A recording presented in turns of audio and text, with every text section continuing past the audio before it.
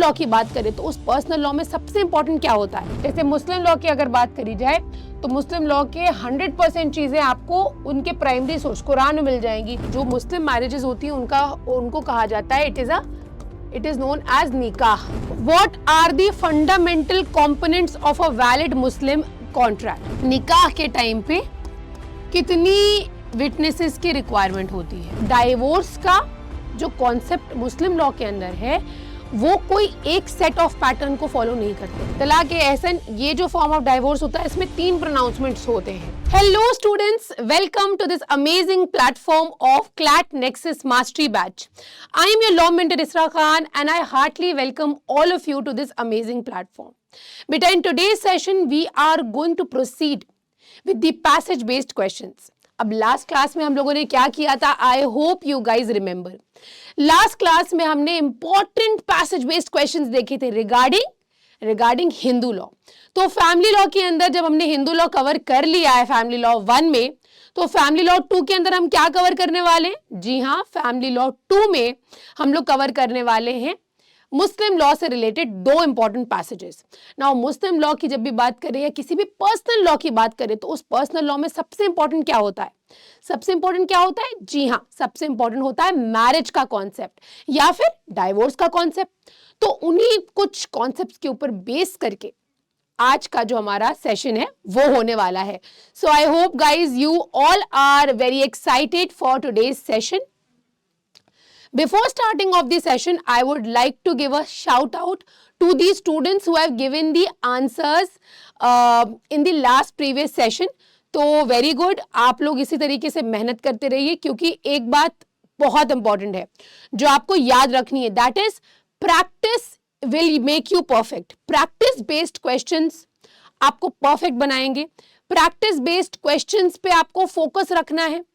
जितनी ज्यादा प्रैक्टिस होगी उतना ज्यादा रैंक में बढ़ोतरी हो सकती है. तो रीडिंग करना है, सिलेबस कंप्लीट करना है, ये सारी चीजें एक तरह से आप कह सकते हो क्या है, सेकेंडरी हैं.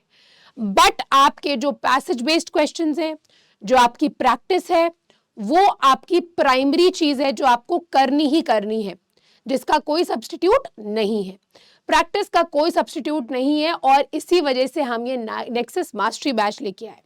अच्छा, दूसरी चीज ये है कि ऑल दो students who have not watched जो प्रीवियस सेशंस रहे हैं, तो आपको ये मेक श्योर करना है कि जितने भी सेशंस हुए हैं, चाहे वो जिस भी सेक्शन में हुए हो, इंग्लिश में हुए हो, करंट अफेयर्स में हुए हो, लॉजिकल में हुए हो, लीगल में या क्वांट में हुए हो, उन सबको आपको देखना है. रीजन क्योंकि हम आपके जो तैयारी करा रहे हैं, जो प्रैक्टिस बेस्ड क्वेश्चंस हम करा रहे हैं, पैसेज बेस्ड क्वेश्चंस, वो आपके एग्जाम के लिए टारगेटेड है. यानी कि we think these topics are very very important for your exam point of view, और in that subject it is important for you to know about that topic. So I hope all of this is clear in your mind and it would be great to start the session without any further ado.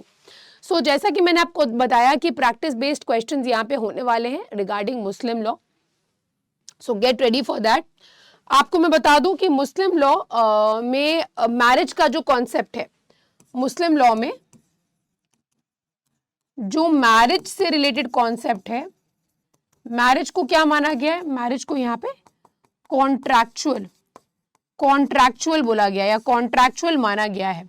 इसी से related आपको एक passage देखने को मिलेगा और आपको उसमें जितने भी क्वेश्चंस है ना, वो हो सकता है आपको अभी इनिशियली लग रहे हो कि आपको एग्जाम में नहीं पूछे जाएं, but the concept development is very very important और यही हमारा एम है कि आपका कॉन्सेप्ट क्लियर होना चाहिए. कई सारे क्वेश्चंस ऐसे होते हैं, जैसे अगर हम लोग पैसेज बेस्ड क्वेश्चंस की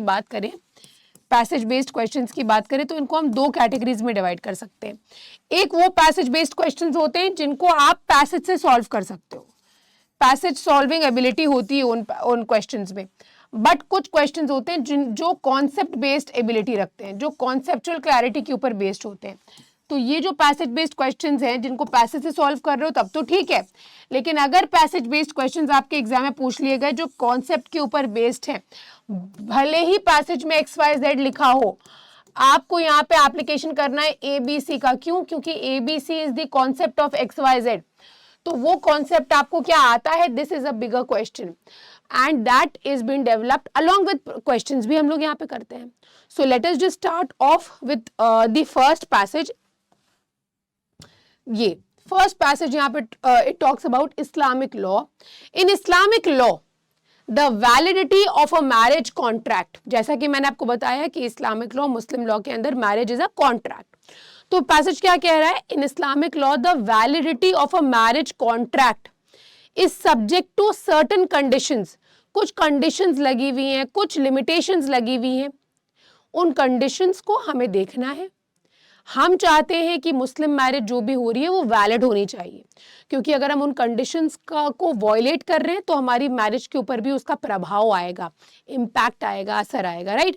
सो in Islamic law the validity of a marriage contract is subject to certain conditions that must be met to ensure the legality and the sanctity of the union. Legality और sanctity. सबसे पहले तो आपको ये पता होना चाहिए कि सैंक्टिटी का मतलब क्या होता है. अगर नहीं पता तो आप जाके सर्च करिए और इसका मतलब जानिए सैंक्टिटी का क्या मतलब होता है. तो मुस्लिम मैरिजेस के अंदर लीगैलिटी और उसकी प्योरनेस, सैंक्टिटी, उसकी शुद्धता को प्रोटेक्ट करने के लिए, उस यूनियन की, मैरिज की यूनियन की शुद्धता को प्रोटेक्ट करने के लिए कुछ कंडीशंस लगाई जाती हैं. मुस्लिम मैरिजेस की बात करी जाए तो मुस्लिम मैरिजेस को गवर्न किया जाता है bye the principles derived from the Quran, from the हदीस और फ्रॉम द इस्लामिक jurisprudence और from the Islamic jurisprudence. Now let me tell you one thing. जब भी हम इसके सोर्सेस की बात करते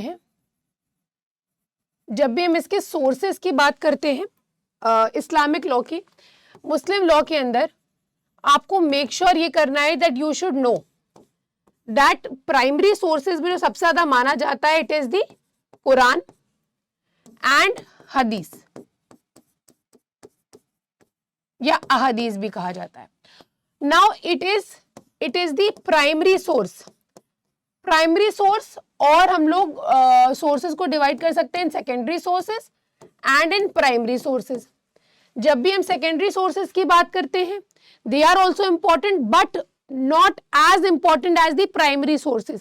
पूरा रिलीजन 100% रिलीजन जो है उसके अंदर, अब ये सोर्सेज क्या बताती हैं, किसी भी रिलीजन की, मान के चलिए XYZ रिलीजन की हम बात कर रहे हैं, तो इस XYZ रिलीजन को कहाँ से एवोल्यूशन हुआ, कहाँ से ओरिजिन हुआ, क्या किया जाता है, क्या प्रेयर्स होती हैं, क्या फॉलो किया जाता है, क्या प्रीच किया जाता है, क्या रिलीजियस सेइंग्स हैं, ये सारी चीजें इनके प्राइमरी सोर्स से फुलफिल हो जाती है 100. जैसे मुस्लिम लॉ की अगर बात करी जाए तो मुस्लिम लॉ के 100% चीजें आपको उनके प्राइमरी सोर्स कुरान में मिल जाएंगी. अदर सप्लीमेंटल चीजें आपको अहदीस और अदर सेकेंडरी सोर्सेज में मिल जाएंगी. इसीलिए हम लोग यहाँ पे सोर्सेज की बात करते हैं. किसी भी रिलीजन की, किसी भी सब्जेक्ट की, किसी भी चीज के सोर्स की जब भी हम बात करते हैं हम उसके ओरिजिन की बात करते हैं. शुरुआत कहाँ से हुई, उसके एसेंशियल्स क्या क्या हैं, क्यों हम उसको फॉलो करते हैं, क्यों हमें देखने को मिलता है, ये सारी चीजें हम लोग उसके सोर्सेज में देखते हैं, राइट. सो यहाँ पे Muslim marriages are governed by the principles which are derived from the Quran, Hadith and classical Islamic jurisprudence. Now what is Hadith? Hadith is what was the saying of the last prophet of God. जो मुस्लिम law के अंदर माना जाता है, जो last messenger थे God के, उनकी जो भी सेइंग्स थी, जो भी एक्शंस थे, वो मुस्लिम्स के लिए क्या हो जाएंगे, it is like the biggest blessing. तो इसको सुन्नत कहा जाता है या फिर इसको आप कह सकते हो इट इज अहादीस. तो उसको फॉलो किया जाता है. It is also a source of Muslim law, right. So understanding these conditions is essential for individuals entering into a Muslim marriage. अब ये सारी चीजें सोर्सेज में क्या कहा गया है, क्या इंपॉर्टेंट कंडीशंस हैं, ये उन सब के लिए बहुत इंपॉर्टेंट है. जैसे हिंदू मैरिज के अंदर मैंने आपको 5 वैलिड कंडीशंस बताई थी, 5 वैलिड कंडीशंस बताई थी. तो जो भी हिंदू मैरिज कर रहे हैं उनके लिए इंपॉर्टेंट हो जाएगा ये जानना कि वो 5 वैलिड कंडीशंस क्या हैं, क्योंकि इट इज वेरी क्लियर कि उन 5 वैलिड कंडीशंस के अलावा हिंदू मैरिज वैलिड हो ही नहीं सकती। उसी तरीके से मुस्लिम मैरिजेस की जब बात करी जाएगी तो वहां पे भी कुछ वैलिड कंडीशंस हैं। तो अगर ये वैलिड कंडीशंस को आपने फुलफिल नहीं किया तो यहाँ पे it is a contravention of the valid conditions, यानी कि आपकी मैरिज जो है वो डाउटफुल है, उसको चैलेंज किया जा सकता है, as simple as that. As non compliance can have significant legal implication, जो अभी मैंने आपको बताया। One fundamental condition for a valid marriage, for a valid Muslim marriage is the ijab by one party and qabul by the other party. Now can you get it? Why did I say why Muslim marriages are known as a contract? Why is it said that Muslim marriages are a contract? Why? Because just as in the case of Indian Contract Act, wherein you are making a contract between A and B, wherein there is a contract, A offers, B accepts. In the same way, in Muslim marriages, there is a valid condition of offer किया जाएगा एक party के द्वारा, usually the husband the groom, और acceptance होगा other party के द्वारा, other party इसको एक्सेप्ट करेगा, which is by the wife और the bride. Now the offer is known as ijab and the acceptance is known as kubul. देखा है ना मूवीज में, कुबूल है कुबूल है कुबूल है 3 times. Are you getting my point? It is ijab and kubul, which is very very important, very very crucial in Muslim marriages. All right, ये हो गई बात। In the presence of at least 2 witnesses. अब इसका मतलब क्या है, यानी कि जो मुस्लिम मैरिजेस होती हैं, मैं आपको बता दूं, जो मुस्लिम मैरिजेस होती हैं उनको कहा जाता है इट इज नोन एज निकाह। क्या कहा जाता है? इट इज नोन एज निकाह। तो निकाह में ये इजाब और कबूल होता है। जब ये इजाब और कबूल होता है तो एटलीस्ट 2 विटनेसेस होने चाहिए। 3 भी हो सकते हैं, 4 भी हो सकते हैं, 5 भी हो सकते हैं, बट एटलीस्ट 2 तो होने ही चाहिए हैं इन मुस्लिम लॉ। जब आप मैरिज कर रहे हो, मैरिज के टाइम पे विटनेसेस के सामने, साक्ष्यों के सामने ये शादी, ये निकाह जो है वो होगा कंप्लीट। ये पता होना चाहिए आपको। At least 2 witnesses. This offer and acceptance known as proposal and acceptance in Islamic terminology forms the basis of the marriage. यानी कि ये शादी का जो नींव है उसको रखते हैं, the basis of the marriage contract. Now another crucial condition is the payment of meher. Now what is meher? Very very important. Meher is a mandatory gift, or you can say it is dowry. इसको कहा जाता है Dawar. Dowry मतलब वो वाली dowry नहीं जो आप देखते हो दहेज, वो दहेज नहीं होता है मेहर।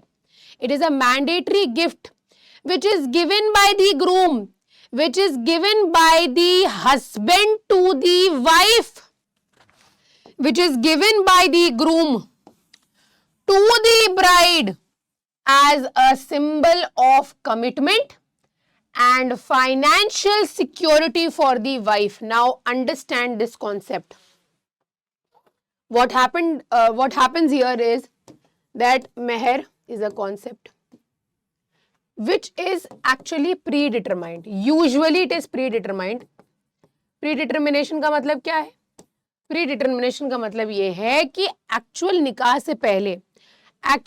से पहले ये पार्टीज ने डिसाइड किया है कि क्या मेहर डिसाइड हो रहा है। मैं आपको एक्चुअल ग्राउंड लेवल की रिपोर्ट दे रही हूँ। 50,000, 5 लाख, 50 लाख, 1 करोड़, जो चाहे वो मेहर डिसाइड हो सकता है। मेहर कौन किसको देता है? Husband, the groom gives the mehr to the wife, to the bride. क्यों देता है? ये मेहर के पैसे से, यूजुअली फाइनेंसेस ही होते हैं, मतलब मनी मॉनेटरी टर्म्स में ही होता है।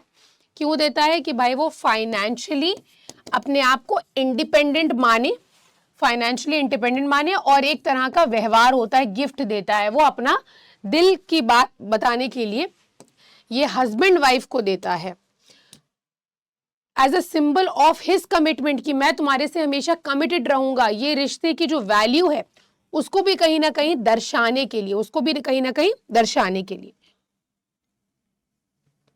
The amount and nature of mehr, ये दोनों ही parties before the marriage contract is finalised, निकाह से पहले ही प्री डिटरमाइंड, तभी मैंने आपको बताया था क्या प्री डिटरमाइंड होता है, ठीक है। फर्दरमोर बोथ पार्टीज, यानी कि हस्बैंड और वाइफ, बोथ पार्टीज, उनकी लीगल कैपेसिटी होनी चाहिए to enter into marriage. This includes कि भाई साउंड माइंड के होंगे, मेंटली केपेबल होंगे, एज ऑफ प्यूबर्टी जो है वो उन्होंने अचीव कर ली हो। जैसे हम लोग एज ऑफ मेजॉरिटी की बात करते हैं, जैसे कि हिंदू लॉ में मैरिजेबल एज क्या है, हमने बात करी थी। यहां पे प्यूबर्टी की एज यूजुअली 15 इयर्स माना जाता है, गर्ल्स के लिए 15 इयर्स, बॉयज के लिए भी 15 इयर्स माना जाता है। बट क्या लिखा हुआ है, it is different according to different schools of Islamic jurisprudence, यानी कि इस्लाम रिलीजन को जो गवर्न होता है, इस्लाम रिलीजन अपने अपने स्कूल्स के हिसाब से, जिस जिस स्कूल को लोग फॉलो कर रहे हैं, जैसे एक होता है जो मोस्ट फेमस है हनफी स्कूल, तो वो उस हिसाब से यहाँ पे अपनी एज डिटरमाइन करते हैं। वैसे 15 इयर्स मैं आपको बता दूं, तो अनसाउंडनेस ऑफ माइंड नहीं होना चाहिए, मैरिजेबल एज हो, and being free from any legal impediments. Now what is a impediment? Impediment का मतलब होता है अगर कोई ग्रहण लगा है, कोई बाधा है, कोई रुकावट है, कोई रिस्ट्रिक्शन है, तो अगर कोई लीगल रिस्ट्रिक्शन लगी है, कोई लीगल इम्पेडिमेंट लगा हुआ है, जैसे कि एग्जिस्टिंग मैरिज और क्लोज फैमिलियल रिलेशंस, तो ये कहीं ना कहीं आपकी शादी के ऊपर भी इम्पैक्ट डालेंगे। जैसे मैंने आपको बताया पीडीआर है ना, प्रोहिबिटेड डिग्रीज ऑफ रिलेशनशिप, तो उसी तरीके की चीजें अगर यहाँ पे एग्जिस्ट कर रही होंगी तो ये कहीं ना कहीं चैलेंजिंग हो जाएगा। Now if you will contravene these conditions, if you will be contravening these conditions, इसके कारणवश आप वेरियस लीगल कॉन्सिक्वेंसेस फेस कर सकते हो इस्लामिक लॉ के अंदर। Which marriages conducted without the presence of witnesses, बिना प्रेजेंस ऑफ विटनेसेस के अगर आपने शादी कर ली तो इसको इरेगुलर कंसिडर किया जाता है। क्या किया जाता है? इरेगुलर कंसिडर किया जाता है, affecting the validity of the union. जैसा कि आप जानते हैं, अगर अभी हम लोग मैरिजेस की बात करें, तो मैरिजेस 3 तरीके से हम लोग डिवाइड कर सकते हैं। या तो मैरिज वैलिड होगी, या तो मैरिज जो है वो वॉइडेबल होगी, वॉइडेबल या इरेगुलर, या तो फिर मैरिज क्या हो जाएगी, वॉइड हो जाएगी। तो वैलिड मैरिज का मतलब क्या है? वैलिड मैरिज का क्या मतलब है? लीगल है, टोटली लीगल है। वॉइडेबल और इरेगुलर मैरिज का क्या है? यानी कि यहाँ पे उस पर्सन के ऊपर डिपेंड कर रहा होता है जो इस मैरिज को एंड करना चाहे। It is on the option of the party, optional होता है, वो चाहे तो एंड कर दे, चाहे तो कंटिन्यू कर सकता है, चाहे तो एंड कर दे, चाहे तो कंटिन्यू भी कर सकता है। इसको कहते हैं वॉइडेबल या इरेगुलर। वॉइड का मतलब क्या होता है? वॉइड का मतलब होता है इट इज टोटली इलीगल या इनवैलिड कह लो आप, ज्यादा बेटर है, इनवैलिड होती है वॉइड मैरिजेस। तो यहाँ पे क्या बोला गया है? वॉइड नहीं कहा गया है। Marriages without the presence of witnesses may be considered what? As irregular, affecting the validity of the union. Now failure to pay the meher, बड़ी बात है। मान के चलिए मैंने आपको बताया प्री डिटरमाइंड होना चाहिए, अब प्री डिटरमाइंड कर लिया और फेल कर गए, दिया ही नहीं मेहर वाइफ को। Failure to pay the mehr as agreed upon, can result in disputes and legal actions between the spouses और families. यहाँ पे फैमिलीज भी कह सकती हैं आपने मेरी बिटिया को पैसा नहीं दिया जो अग्री किया था, जिस चीज का वादा किया था, जो वादा किया वो निभाना पड़ेगा।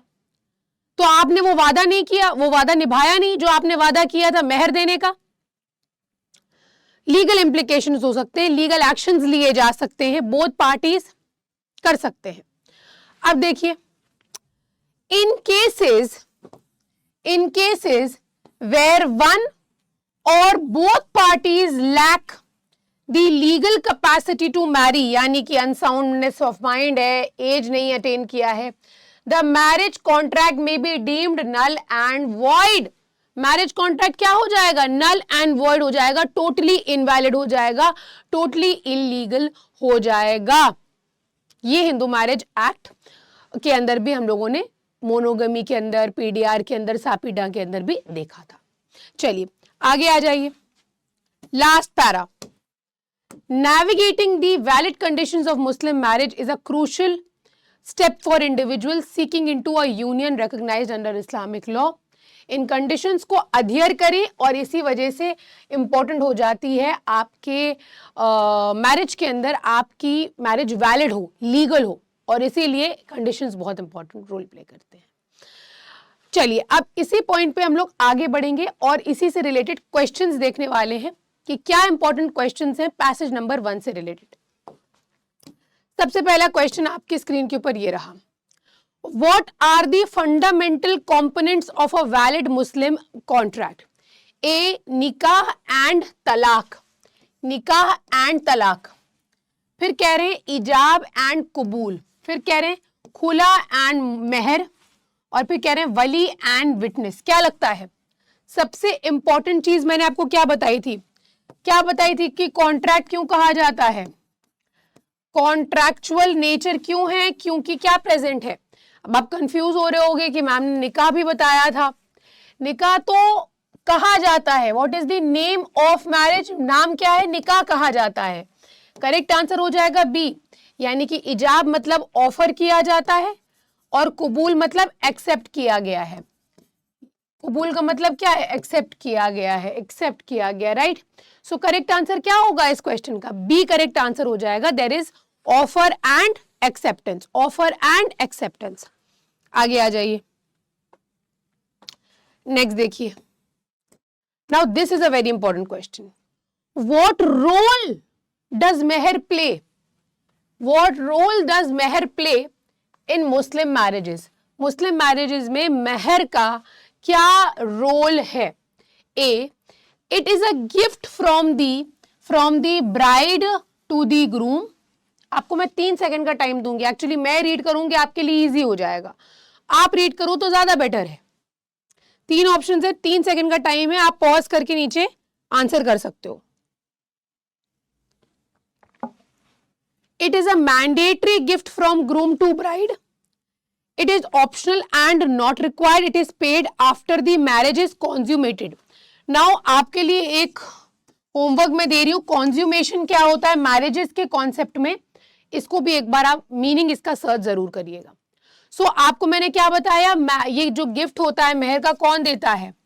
कौन देता है? The groom gives to the bride, not the girl gives to the boy. अब देखिए आयरोनी, देखिए कि ग्रूम लिखा तो गर्ल, ब्राइड लिखा तो बॉय भी आ सकता है, नहीं तो हम लोग क्या लिखेंगे? हम लोग लिखेंगे ये दिया जाता है बाय द ब्राइड, लिया जाता है ब्राइड के द्वारा और देता है ग्रूम। करेक्ट आंसर क्या हो जाएगा? It is a mandatory gift from the groom to the bride. Correct answer हो जाएगा B. I am very sure बहुत सारे स्टूडेंट्स ने बी ही टिक किया होगा या चूज किया होगा, राइट? राइट, सही कह रही हूं ना? So very good. तो क्या होता है मेहर? मैंने आपको बताया हुआ है, इट इज अ सिंबल। मैं आपको बता दूं क्या है, सिंपली क्या है मेहर?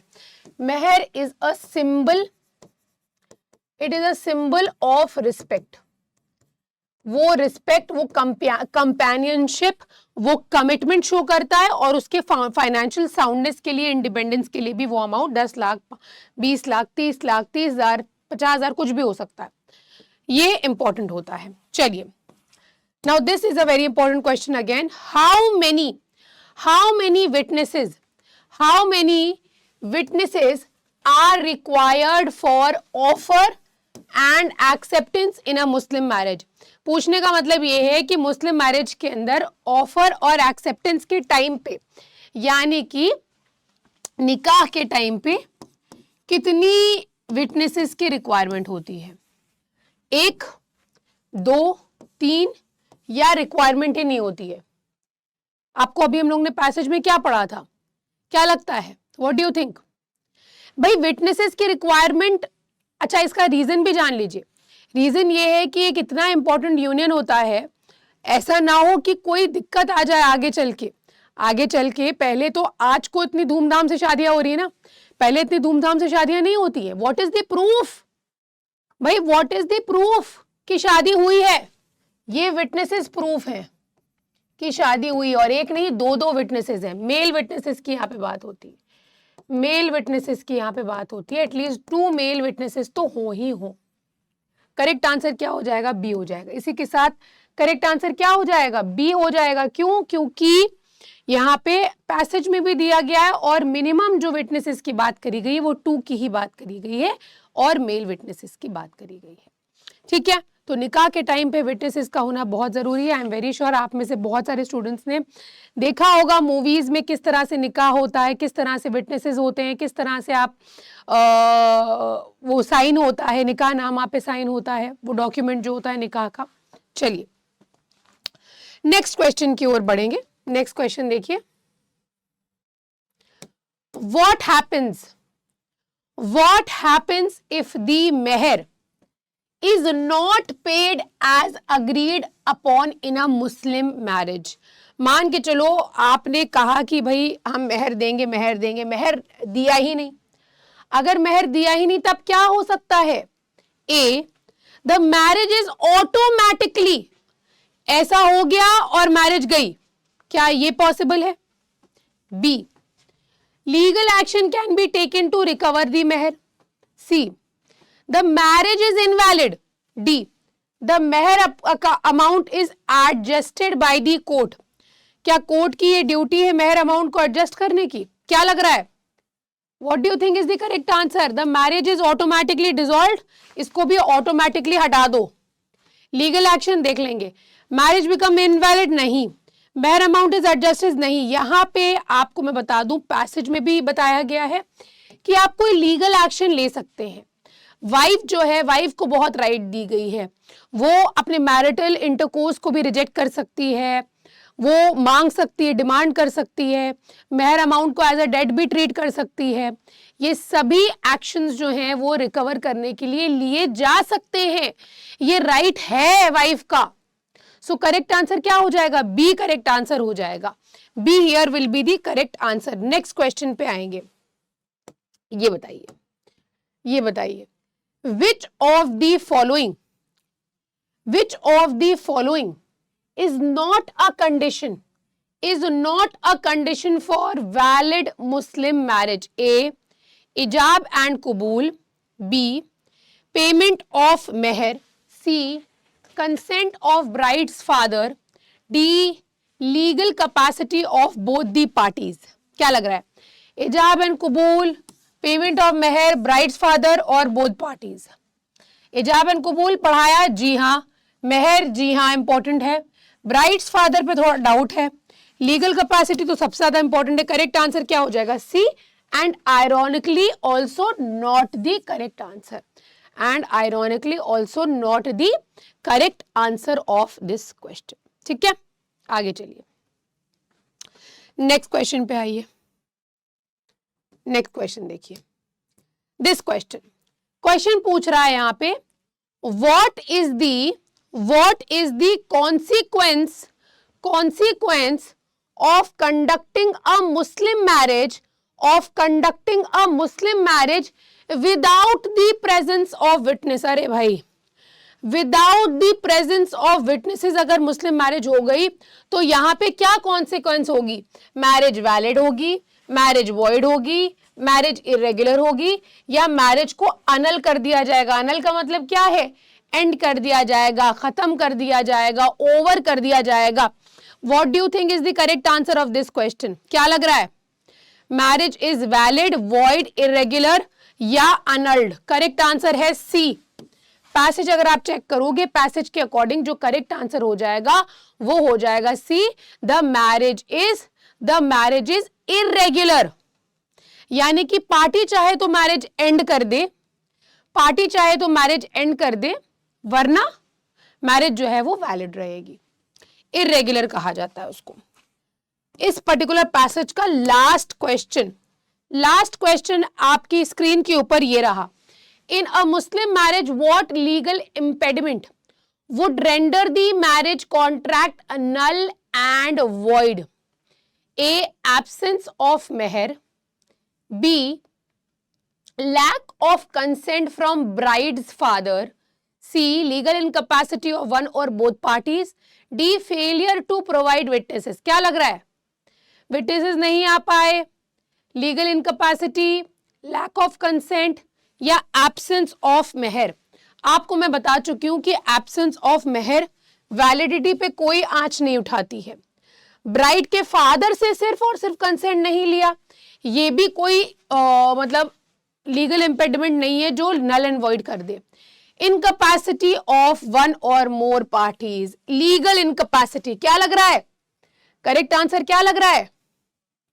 आप बताओ। फेलियर टू प्रोवाइड विटनेस, अभी अभी देखा कि ये क्या करता है? इरेगुलर करता है।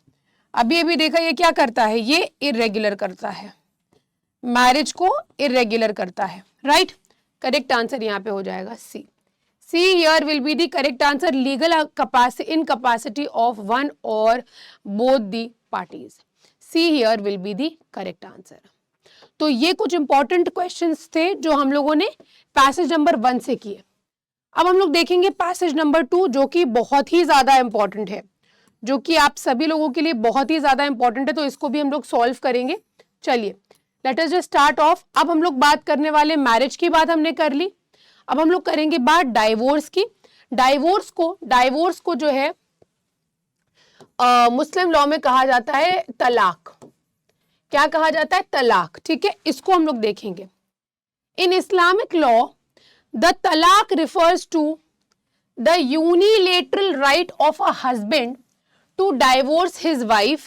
वाइफ का डाइवोर्स वाइफ को देने के लिए ये राइट है हस्बैंड की, और वो तलाक वर्ड प्रोनाउंस करके अपनी मैरिज को डिसॉल्व कर सकते हैं, मैरिज कॉन्ट्रैक्ट को एंड कर सकते हैं। अब एक चीज आपको यहाँ पे पता होनी चाहिए कि डाइवोर्स का जो कॉन्सेप्ट मुस्लिम लॉ के अंदर है वो कोई एक सेट ऑफ पैटर्न को फॉलो नहीं करते हैं। उनके अंदर डिविजन्स किए गए हैं, तलाक के कॉन्सेप्ट के अंदर डिविजन्स किए गए हैं। 3 कैटेगरीज में तलाक को डिवाइड किया गया है। 3 कैटेगरीज में तलाक के कॉन्सेप्ट को डिवाइड किया गया है। नंबर 1, नंबर 2 और नंबर 3। नंबर 1 को कहा गया है कि ये सबसे बढ़िया तरीका है तलाक देने का या डाइवोर्स देने का। नंबर 2 को बोला गया है कि हाँ ये भी ठीक है, इससे भी आप डाइवोर्स दे सकते हो, और इसको सबसे ज्यादा नकारा गया है।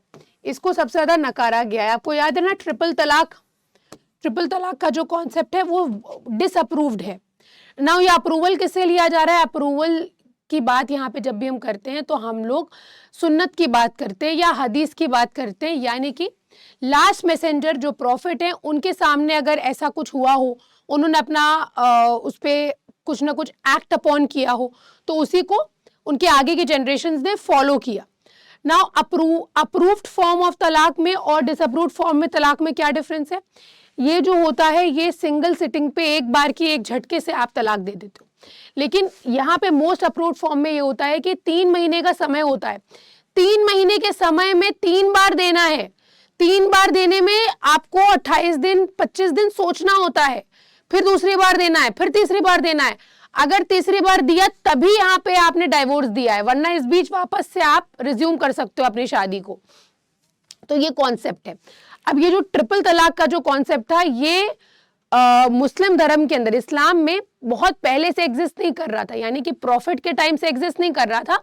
एक डायनेस्टी आई रूल करने के लिए, नाम था उमैयद डायनेस्टी।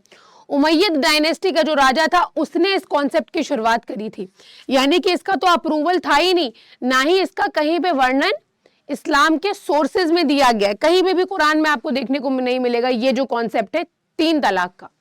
सो इसीलिए अब आप जानते हो सुप्रीम कोर्ट ने इसको शायरा बानो के केस में अनकॉन्स्टिट्यूशनल, ट्रिपल तलाक को अनकॉन्स्टिट्यूशनल डिक्लेयर कर दिया था in the Shayara Bano case. अभी रिसेंट का केस है, कुछ समय पहले का। सो ये कॉन्सेप्ट है तलाक का। अब देखिए, so it is the divorce to dissolve the marriage contract. There are different types, जैसा मैंने आपको बताया 3 टाइप्स होते हैं। Types of talaq recognised within the Islamic jurisprudence, each with its own implications and procedures. सबका जो टाइप ऑफ तलाक है ना, सबका अपना प्रोसीजर है, अपना इम्प्लीकेशन है, किस तरीके से आपको बोलना है, किस तरीके से वेट करना है, सारी चीजें अलग अलग है। Understanding these types of talaq is very essential for individuals जो मुस्लिम कम्युनिटी को बिलोंग करते हैं, पर्टिकुलरली फैमिली लॉ के अंदर मैट्रिमोनियल डिस्प्यूट जब अराइज होते हैं। भाई जब विवाद होता है पार्टीज के बीच में, मुस्लिम्स के बीच में, हस्बैंड वाइफ के बीच में, तो बहुत इंपॉर्टेंट है ये जानना कि तलाक उसके टाइप्स क्या हैं, उसका प्रोसीजर क्या है, किस तरीके से आपको उसको फॉलो करना चाहिए है। राइट नाउ तलाक ए एहसन, सबसे पहले हम लोग बात करेंगे, आपको नाम याद करने की जरूरत नहीं, सिर्फ आपको समझने का जरूरत है। Talaq e ahsan, this is considered as most proper, जो मैंने आपको बताया ना, approved form of divorce in Islam. It involves a single pronouncement, एक बार के बोला जाता है word talaq, followed by a waiting period known as the iddah period. ठीक है, iddah period. During this period reconciliation is encourage, कि आप लोग वापस हो जाओ, मतलब सोल्यूशन कुछ ना कुछ ढूंढा जाता है, कैसे पार्टीज को एक कर दे, is encourage. And if the couple reconciles, यानी कि वापस हो गए, आपस में हस्बैंड वाइफ मिल गए, the divorce is revoked, divorce and हो जाती है। तलाक ए एहसन, ये जो फॉर्म ऑफ डाइवोर्स होता है इसमें 3 प्रोनाउंसमेंट्स होते हैं, made at intervals during the wife's menstrual cycle to allow for a reconsideration period after each pronouncement, यानी कि रिकंसिडरेशन के लिए एक समय दिया जाता है कि हर एक पीरियड के बाद आप एक रिकंसिडरेशन का फेज रखो, जहां पे वाइफ हस्बैंड दोनों सोच पाए कि क्या वो सोल्यूशंस हैं जो अपनी शादी में लगा के उसको बचा सकते हैं। तो ये मोस्ट अप्रूव्ड होता है एहसन, उसके बाद हसन, और फिर मैंने जो आपको बताया था, if the husband does not revoke the divorce, if the husband does not revoke the divorce after the 3rd pronouncement, जो हमने तलाक के हसन में देखा, इट बिकम्स इररिवोकेबल, यानी कि थोड़ा सा रिजिड हो जाता है अगर आपने 3rd प्रोनाउंसमेंट को रोका नहीं, है ना। वरना आपके पास ऑप्शन होता है कि आप जब चाहें उसको एंड कर सकते हैं, अपनी वाइफ के पास वापस जा सकते हैं। Now we will talk about triple talaq, ये कहा जाता है एज अ बिद्दत, तलाक ए बिद्दत, also known as instant triple talaq. This form of divorce involves husbands pronouncing talaq 3 times in a single instance, एक बार की आपको बोलना होता है। It has been a subject of controversy due to arbitrary और instantaneous nature, यानी कि इतना जल्दी, इतना instant, आप अपने एंगर को अगर कंट्रोल नहीं कर पाए और अगर आपने दे दिया, लोग व्हाट्सएप पे देते, इंटरनेट पे देते, सोशल मीडिया पे देते, अरे ये क्या तरीका है, और इसी की वजह से इसमें बहुत डिबेट होती है। नाउ तलाक अल सुन्नत क्या होती है, ये वो डाइवोर्स है जो in accordance with teachings of prophet Mohammad, इसके अंदर तलाक एहसन, तलाक हसन जो हमने अभी एग्जाम्पल्स देखे थे वो इसी के अंदर आते हैं। Now these are considered as the preferred methods of divorce in Islam, Islam के अंदर जो डाइवोर्स के मेथड्स हैं उनके अंदर सबसे ज़्यादा प्रेफर्ड यही फॉर्म्स ऑफ तलाक हैं जो अप्रूव्ड है, मोस्ट अप्रूव्ड है इन दी मुस्लिम लॉ, इन दी इस्लामिक लॉ। सो ये था आपका पैसेज नंबर 2। अब हम इसके क्वेश्चंस के ऊपर ड्वेल करेंगे, we will be reading the questions. चलिए let us just start off with the questions. Question number 1, question number 1 आपकी स्क्रीन के ऊपर ये रहा। नाउ इनका कहने का मतलब ये है कि what is the waiting period, waiting period क्या है तलाक एहसन के अंदर। अगर आप तलाक दे रहे हो तो फिर डाइवोर्स दे रहे हो तो वेटिंग पीरियड क्या है आप याद रखिएगा। एक बार आप जो है प्रोनाउंसमेंट करोगे, एक बार आप प्रोनाउंसमेंट करते हो और उसके बाद आपको एटलीस्ट 3 मेंस्ट्रुअल साइकिल्स तक की वेट करना होता है, वेटिंग पीरियड होता है, 3 मंथ्स आपको वेट करना होता है, उसके बाद आपको फिर प्रोनाउंसमेंट करना होता है, फिर उसके बाद, तो ये इसीलिए इसको कहा जाता है ये मोस्ट अप्रूव्ड है। 3 मेंस्ट्रुअल साइकिल्स का यहाँ पे आप देखोगे, 3 मेंस्ट्रुअल साइकिल का यहाँ पे जो है वेटिंग पीरियड होता है, इसीलिए इसको कहा जाता है it is the most single pronouncement of talaq followed by a waiting period, और इसी को कहा जाता है इद्दत पीरियड, इसी को कहा जाता है इद्दत पीरियड। इस पीरियड में अगर रिकंसिलिएशन हो जाता है तो डाइवोर्स जो है वो एंड हो जाती है, तो डाइवोर्स जो होती है वो एंड हो जाती है, इसीलिए इसी को कहा जाता है मोस्ट अप्रूव्ड फॉर्म। नेक्स्ट देखिए, which type of talaq involves 3 pronouncements made at intervals during the wife's menstrual cycle. Menstrual cycles के इंटरवल पे एक बार आपने दिया, फिर आप वेट करेंगे, फिर एक बार दिया, फिर तो 3 प्रोनाउंसमेंट्स किस में होते हैं ये आपको बता दूं, तलाक एहसन, तलाक हसन, ट्रिपल तलाक या तलाकल सुन्नत, ये याद रखिएगा, it is been done in talaq ahsan, तलाक हसन। इसके अंदर क्या होता है, जिसको कहा गया अप्रूव्ड है, not most approved but approved है। क्यों? क्योंकि इसके अंदर भी वेटिंग पीरियड, रिकंसिलिएशन के लिए आप मौका दे रहे हो, पार्टीज को सोचने का मौका दे रहे हो, तो इसीलिए इसको कहा जाता है कि ये अप्रूव्ड है। बी करेक्ट आंसर यहाँ पे हो जाएगा। मूविंग फॉरवर्ड, अब देखिए next question, what is the term for instant triple तलाक? इंस्टेंट ट्रिपल तलाक, तलाक एहसन, तलाक हसन, तलाक बिद्दा, तलाक सुन्ना। सुन्ना मैंने आपको बताया है, ये these are the sayings of the prophet, sayings of the prophet, यानी कि ये तो हो ही नहीं सकता है क्योंकि इसको तो फॉलो किया जाता है, इसको तो फॉलो किया जाता है, तो ये तो है नहीं। तलाक बिद्दा समथिंग विच इज रॉन्ग, बिद्दा का मतलब क्या होता है, जो कि गलत है, जो कि फॉलो नहीं करना चाहिए, जो कि सुन्नत को फॉलो नहीं करता है, तो करेक्ट आंसर हो जाएगा सी। आपको मैं एक चीज यहाँ पे दिखा दूं, जब आप लोग बात करते हो यहाँ पे सबसे इंपॉर्टेंट जो रोल रहा इस पर्टिकुलर टाइप ऑफ तलाक को रिमूव करने में, ये देखिए, या इस तरीके से आप टाइप करके देख सकते हो, Shayara Bano versus Union of India, the landmark case of Shayara Bano versus Union of India, और इसी केस में यही मैडम है Shayara Bano, she is the lady जिन्होंने इस सूट को इनिशिएट किया, शुरुआत हुई 22 अगस्त 2017 को सुप्रीम कोर्ट ने एक लैंडमार्क जजमेंट डिलीवर किया in the case of Shayara Bano versus Union of India, जिसमें instant triple talaq, that is talaq e बिद्दा को अनकॉन्स्टिट्यूशनल, क्या अनकॉन्स्टिट्यूशनल दोस्तों डिक्लेयर किया गया, and it was a landmark judgment in the history of India, India की हिस्ट्री में, legal history में one of the landmark judgments रहा ये। आप देख सकते हैं पूरा क्या क्या यहाँ पे इश्यूज रेज किए गए, क्या क्या इंडेक्स था, पूरा जजमेंट आपके पास अवेलेबल है, सारे फैक्ट्स आप चाहें तो इसके देख सकते हैं। Forbidden practice, same can not be considered sacrosanct tenants of Muslim religion, और ये सारी चीजें आप यहाँ पे इनके फैक्ट्स में देख सकते हो। इंपॉर्टेंट जजमेंट है और मेरा काम है आपको वो सारी चीजें बताने का जो आपके एग्जाम पॉइंट ऑफ व्यू से आपके लिए क्या हो जाती है, इंपॉर्टेंट हो जाती हैं। चलिए नेक्स्ट क्वेश्चन की ओर बढ़ेंगे। नेक्स्ट क्वेश्चन देखिए, जैसा कि अभी हमने डिस्कस किया, तलाक हसन की बात करी जाए तो उसमें कितने प्रोनाउंसमेंट्स किए जाते हैं, एक करके वेट होता है, फिर दूसरा करके वेट होता है, फिर तीसरा करके वेट करते हो, तो आपको यहाँ पे टोटल 3 प्रोनाउंसमेंट्स होते हैं, 1 2 3 4। जब हम लोग पैसेज हम लोग ने किया था तो बहुत ही अच्छे से क्लियर था। तलाक हसन की जब भी हम बात करेंगे तो तलाक हसन में 3 प्रोनाउंसमेंट्स होते हैं made at interval during the wife's menstrual cycle. Correct answer will be 3, correct answer will be 3। ठीक है भाई, चलो बहुत बढ़िया। सी जो है क्या हो जाएगा, सी जो है करेक्ट आंसर हो जाएगा। चलिए नेक्स्ट क्वेश्चन की ओर बढ़ेंगे। नाउ दिस क्वेश्चन, इसका आंसर आप लोग करोगे, मैं नहीं बताऊंगी, आप बताओ। Which type of talaq is the most proper form of divorce in Islam? A talaq ahsan, Hasan, triple तलाक और तलाकल सुन्ना। तो आपको बता दें तलाकल सुन्ना भी डिवाइडेड है 2 तलाक्स में। तो करेक्ट आंसर हो जाएगा ए तलाक एहसन, जो एक प्रोनाउंसमेंट होता है फिर वेटिंग पीरियड होता है। करेक्ट आंसर हो जाएगा यहाँ पे क्या? करेक्ट आंसर हो जाएगा ए।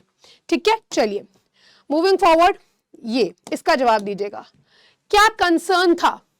ट्रिपल तलाक की बात करी जाए तो मुस्लिम लॉ के अंदर सबसे बड़ा कंसर्न क्या था जो ट्रिपल तलाक से रिलेटेड था? अगर कोई भी पर्सन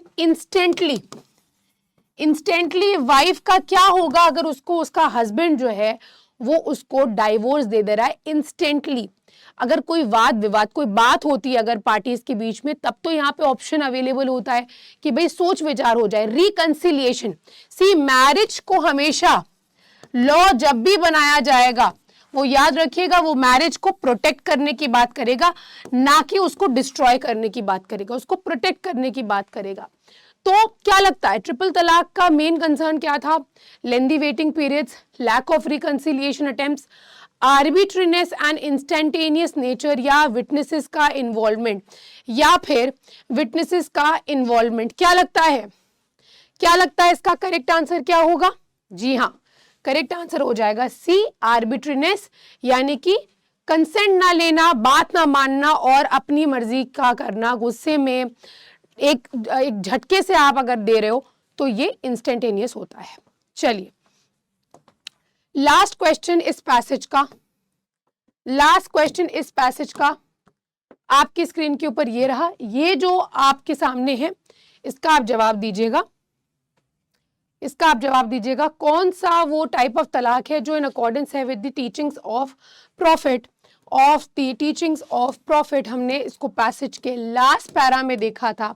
लास्ट पैरा में देखा था तलाक अल सुन्नत जो है वो टीचिंग ऑफ प्रॉफिट के ऊपर बेस्ड है। इसके अंदर 2 आती हैं, तो to be more specific and क्योंकि हमें पैसेज को ही अपना गुरु मानना है तो इसीलिए इसका करेक्ट आंसर क्या हो जाएगा? What would be the correct answer? Most approved हमने देख लिया, इसका करेक्ट आंसर क्या हो जाएगा? जी हाँ, इसका करेक्ट आंसर हो जाएगा डी, दैट इज तलाकल सुन्नत। तलाकल सुन्नत will be the correct answer of this question. और इसी के साथ आई थिंक हमने, जी हाँ, हमने सभी क्वेश्चंस को सॉल्व कर लिया है एंड आई होप कि आप हर वो लीगल अपडेट जो आ रही है, जैसा ही आप मान के चलिए आपने ओपन किया एक पेज और आपने यहाँ पे टाइप किया द वर्ड तलाक, ठीक है, तलाक आपने वर्ड टाइप किया और आपने उसको डाल दिया सर्च में। आप जैसे ही न्यूज कॉलम में जाएंगे ना तो वहां पे आपको सारे न्यूज आर्टिकल्स दिखना शुरू हो जाएंगे। Centre defence law against triple तलाक says it legitimized abandonment of Muslim women. Law banning triple talaq enacted as Supreme Court verdict non-deterrent. Modi government defends criminalizing triple talaq in Supreme Court. Make Muslim women's condition pathetic. Center on triple talaq in Supreme Court. Central triple talaq law. तो ये सारी चीजें अब देखिए, जैसे ये Deccan Herald का article है, ये सभी आपके एग्जाम पॉइंट ऑफ व्यू से इंपॉर्टेंट हो जाएंगे। क्यों? क्योंकि these are the legal updates जो चल रहा है अभी करेंटली जो चल रहा है। ये देखिए, centre has defended before the Supreme Court in its 2019 law making practice of triple talaq among Muslims as punishable offence up to 3 years। ये the practice of triple talaq biddat, that is the instantaneous talaq, did not simply result in a private injury but public wrong as it is a militated against the rights of women। ये Shaira Bano case already recognized triple talaq as an aberrant practice. All that in the impugned law does is provide for sanctions to enforce। तो ये सारी चीजें हैं जो आपको देखते रहना है। जो भी टॉपिक आपको पढ़ाया जाएगा उनको आप रिवाइज करिएगा। आज के सेशन में हमने तलाक समझ लिया और हमने मैरिजेस से रिलेटेड कुछ इंपॉर्टेंट कंडीशंस को यहाँ पे डिस्कस किया। आपका काम क्या है? आप प्रॉपर रिवीजन स्ट्रैटेजी रखो, इन सभी कॉन्सेप्ट्स को आप रिवाइज करो ताकि आप लीड करो एग्जाम के अंदर, एक अच्छी रैंक लेके आओ और हम सबको प्राउड फील कराइए। क्योंकि आई डोंट थिंक सो दुनिया में ऐसी कोई भी चीज है, आई डोंट थिंक सो कि दुनिया में ऐसी कोई भी चीज है जो आपको उस रैंक से दूर रख सकती है, आपको उस मार्क्स से दूर रख सकती है, आप हमारे पेड स्टूडेंट हो या अगर आप फ्री हमारे नेक्सस बैचेस को फॉलो करते हो, आपसे हमें उतना ही प्रेम है जितना हमारे पेड बैचेस से के स्टूडेंट्स से हमें प्रेम है, और उतनी ही चाहत है कि आप भी रैंक सिक्योर करिए। तो आपका काम क्या है, हमारे साथ इसी प्रकार से जुड़े रहना और इतना सारा प्यार जो आप हमें दे रहे हो उसी तरीके से देना। And do make your parents proud, do make your teachers proud, and ultimately the country proud. See you in the last class, which will be the law of torts practice based questions, and we will be meeting soon. But do not forget that you have to revise all the concepts. Constitution के 2 passage based lectures देखे, family law का देखा, आप taught का देखोगे, आप उसको practice करो और अपनी लाइफ को बढ़िया चंगा बना लो और एंजॉय करो। See you in the next one. तब तक के लिए टेक केयर एंड अलविदा from my side. Bye bye.